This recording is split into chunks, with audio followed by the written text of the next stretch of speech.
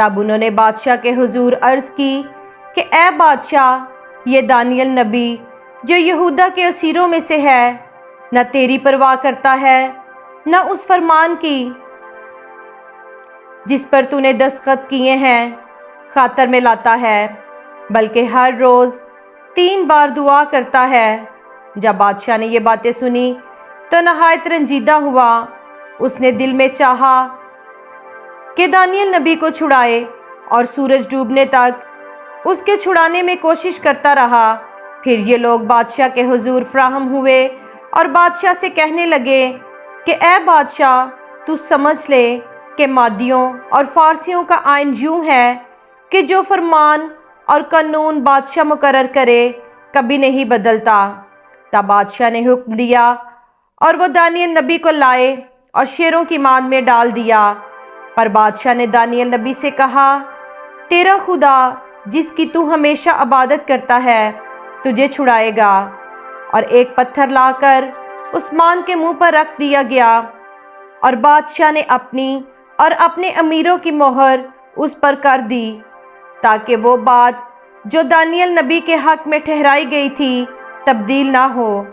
تب بادشاہ اپنے قصر میں گیا اور اس نے ساری رات فاقہ کیا، اور موسیقی کے ساز اس کے سامنے نہ لائے، اور اس کی نیند جاتی رہی۔ اور بادشاہ صبح بہت سویرے اٹھا اور جلدی سے شیروں کی مان کی طرف چلا گیا، اور جب مان پر پہنچا تو غمناک آواز سے دانیل نبی کو پکارا۔ بادشاہ نے دانیل نبی کو خطاب کر کے کہا، اے دانیل نبی، زندہ خدا کے بندے، کیا تیرا خدا جس کی تو ہمیشہ عبادت کرتا ہے قادر ہوا کہ تجھے شیروں سے چھڑائے؟ تب دانیل نبی نے بادشاہ سے کہا، اے بادشاہ، اب تک جیتا رہ، میرے خدا نے اپنا فرشتہ کو بھیجا اور شیروں کے منہ بند کر دیے، اور انہوں نے مجھے زر نہیں پہنچایا، کیونکہ میں اس کے حضور بے گناہ ثابت ہوا، اور تیرے حضور بھی، اے بادشاہ، میں نے خطا نہیں کی۔ بس بادشاہ نہایت شادمان ہوا اور حکم دیا کہ دانیل نبی کو اس مان سے نکالیں۔ پس دانیل نبی کو اس مان سے نکالا گیا، اور معلوم ہوا کہ اسے کچھ زر نہیں پہنچا، کیونکہ اس نے اپنے خداوند پر توکل کیا تھا۔ بنی اسرائیل قوم کا واقعہ۔ جب بنی اسرائیل قوم مصر کی غلامی میں تھی تو خداوند نے ان کو مصر کی غلامی سے نکالنے کا بڑا انتظام کیا، اور ان کو مصر کی غلامی سے آزاد کیا، اور اپنے بندہ مقدس موسیٰ کو اس بڑے کام کے لیے استعمال کیا۔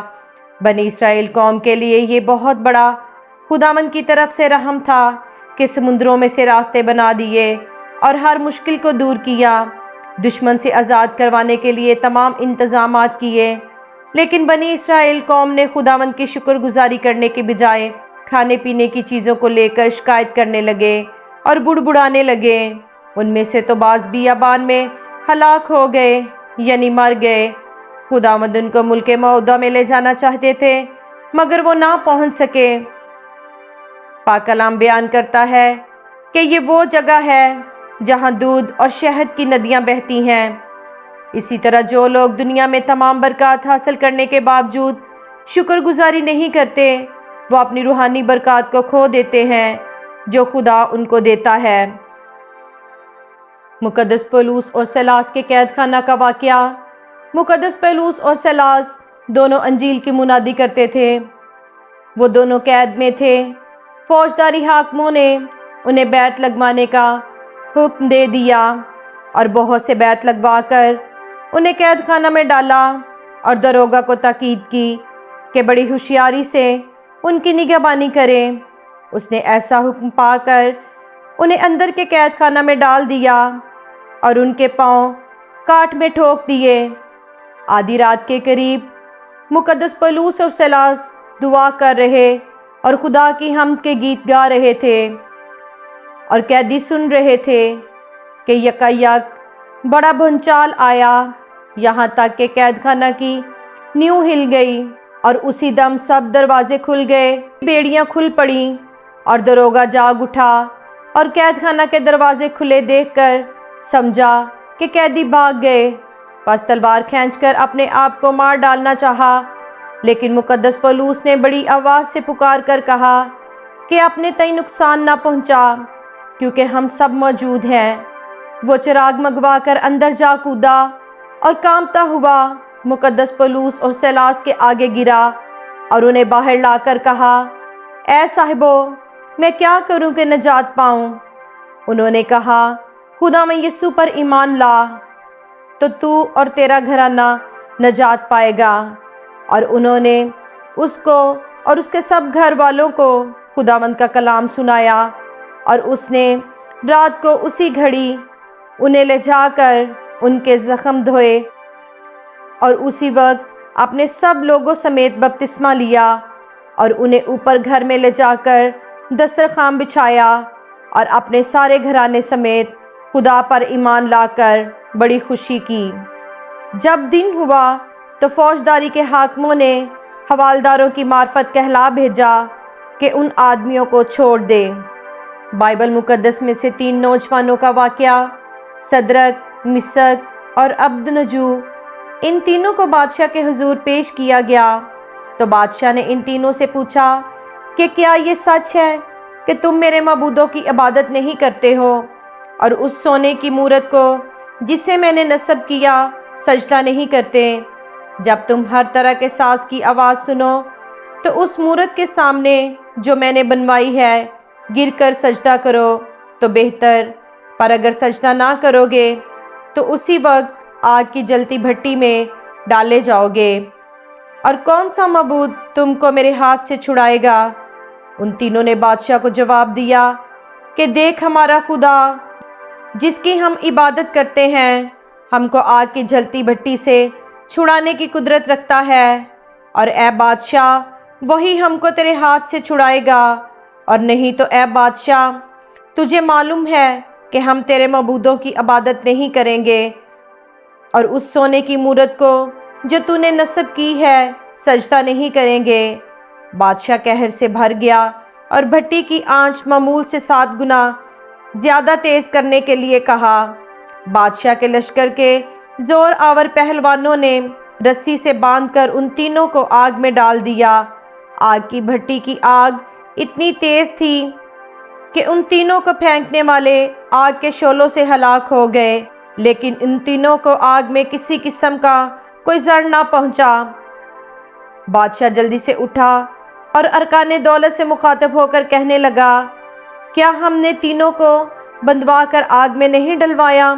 انہوں نے کہا، بادشاہ نے سچ فرمایا ہے۔ اس نے کہا، دیکھو، میں 4 شخص آگ میں کھلے پھرتے دیکھتا ہوں اور ان کو کچھ زر نہیں پہنچا۔ تب بادشاہ نے آگ کی جلتی بٹی کے دروازہ پر آ کر کہا، اے صدرک اور مسک اور عبدنجو، خدا تعالیٰ کے بندو، باہر نکلو اور ادھر آؤ۔ پس وہ تینوں آگ سے نکل آئے۔ تب ناظموں اور حاکموں اور سرداروں اور بادشاہ کے مشیروں نے فراہم ہو کر ان شخصوں پر نظر کی اور دیکھا کہ آگ نے ان کے بدنوں پر کچھ تاثیر نہ کی اور ان کے سر کا ایک بال بھی نہ جلایا، اور ان کی پوشاک میں کسی قسم کا کوئی فرق نہ آیا، اور ان سے آگ سے جلنے کی بو تک بھی نہیں آتی تھی۔ پس بادشاہ نے پکار کر کہا کہ صدرک اور مسک اور عبدنجو کا خدا مبارک ہو، جس نے اپنا فرشتہ بھیج کر اپنے بندوں کو رہائی بخشی، جنہوں نے اس پر توکل کر کے بادشاہ کے حکم کو ٹال دیا اور اپنے بدنوں کو نثار کیا کہ اپنے خدا کے سوا کسی دوسرے معبود کی عبادت اور بندگی نہ کریں۔ اس لیے میں یہ فرمان جاری کرتا ہوں کہ جو قوم یا امت یا اہل لغت صدرک اور مسک اور عبدنجو کے خدا کے حق میں کوئی نامناسب بات کہیں، ان کے ٹکڑے ٹکڑے کیے جائیں گے اور ان کے گھر مزبلہ ہو جائیں گے، کیونکہ کوئی دوسرا معبود نہیں جو اس طرح رہائی دے سکے۔ پھر بادشاہ نے صدرک اور مسک اور عبدنجو کو صوبہ بابل میں سرفراز کیا۔ 10 کوڑیوں کا واقعہ۔ اور ایسا ہوا کہ یروشلم کو جاتے ہوئے وہ سامریا اور گلیل کے بیچ سے ہو کر جا رہا تھا، اور ایک گاؤں میں داخل ہوتے وقت 10 کوڑی خداوند یسوع المسیح کو ملے۔ انہوں نے دور کھڑے ہو کر بلند آواز سے کہا، اے یسوع، اے صاحب، ہم پر رحم کر۔ اس نے انہیں دیکھ کر کہا، جاؤ اور اپنے تئیں کاہنوں کو دکھاؤ۔ اور ایسا ہوا کہ وہ جاتے جاتے پاک صاف ہو گئے۔ پھر ان میں سے ایک یہ دیکھ کر کہ میں شفا پا گیا، بلند آواز سے خدا کی تمجید کرتا ہوا لوٹا اور منہ کے بل خدا میں یسوع المسیح کے پاؤں پر گر کر اس کا شکر کرنے لگا، اور وہ سامری تھا۔ خدا میں یسوع المسیح نے جواب میں کہا، کیا 10 پاک صاف نہ ہوئے؟ پھر وہ 9 کہاں ہے؟ کیا اس پردیسی کے سوا اور نہ نکلے جو لوٹ کر خدا کی تمجید کرتے؟ پھر اس سے کہا، اٹھ کر چلا جا، تیرے ایمان نے تجھے اچھا کیا۔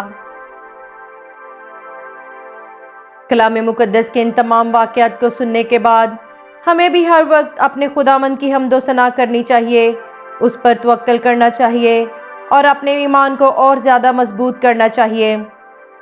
زبور نویس بیان کرتا ہے، چونکہ اس نے مجھ سے دل لگایا، اس لیے میں اسے چھڑاؤں گا، میں اسے سرفراز کروں گا، کیونکہ اس نے میرا نام پہچانا ہے۔